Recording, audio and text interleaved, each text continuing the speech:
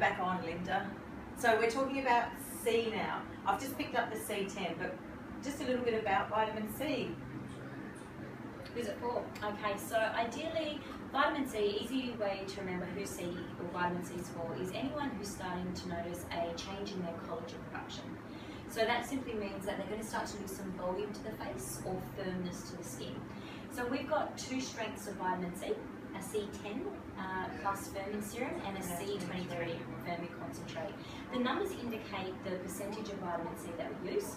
At Ultraceuticals, we're well known for using pure vitamins, so in this case we're using L-ascorbic acid, one of the best vitamin Cs that you can get in the marketplace.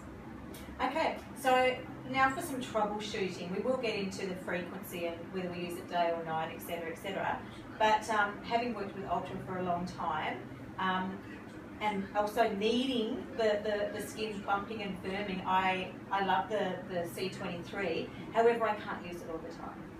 So what I found is it's very stimulating on what we call our natural ceramides, so the oils in our skin and so forth. So that can end up giving me a bit of a breakout if I use it too often. So I have to actually swing between the C10 and the 23 because I like to do everything in volume. So obviously C23 is one of those things. So what happens there and why, you know, even though you are someone that may be sitting in the 40, 45-year-old age bracket, you're still getting some breakouts.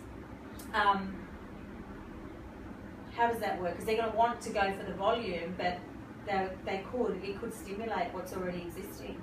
Yeah, Jack, I think the best thing I could kind of point out here is that skincare is all about balance.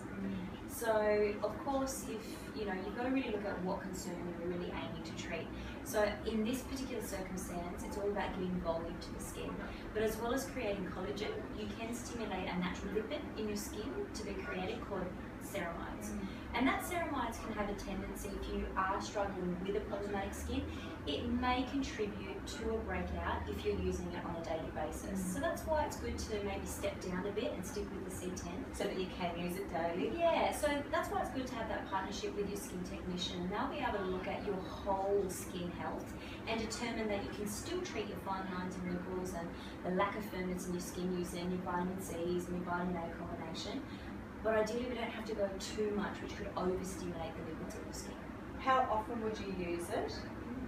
All of our treatment products are designed to be used once a day, but we would never go straight into using it every day. So with both the C10 and the C23, these are designed to be used on alternate days for the first month, and then you can start using it every day after that. The C10 being nice and lightweight, great in the morning underneath your sunscreen, and the C23 with that little bit of a drier, creamier texture, great at night underneath your night moisturisers. How much would we use? We've got a pump here. This has got a pump too? Yep. Yeah, it does have a pump. Now, there is a little bit of a trick I can tell you about using your C23 to get the best out of that product.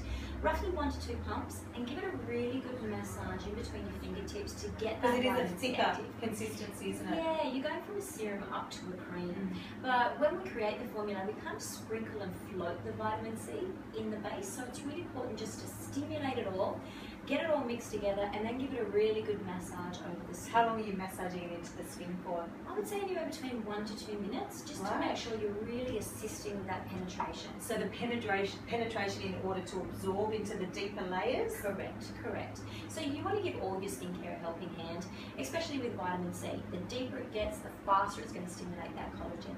Just before we go, vitamin C I've also, over the years, obviously noticed, but especially on clients that are new to it, they don't just get the plumping, and it's not as instantly as what, say, the A operates and how you can visibly see that straight away. However, it does work on the pigmentation as well.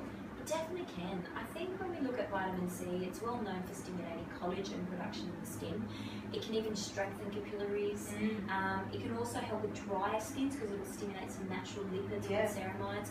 But in regards to pigmentation, it is a great antioxidant, and you also see some skin clarity coming through. It's almost, why wouldn't you want to use it? Absolutely. We can see all those benefits. And when you first start using it, some clients will be like, oh, it's drying me out.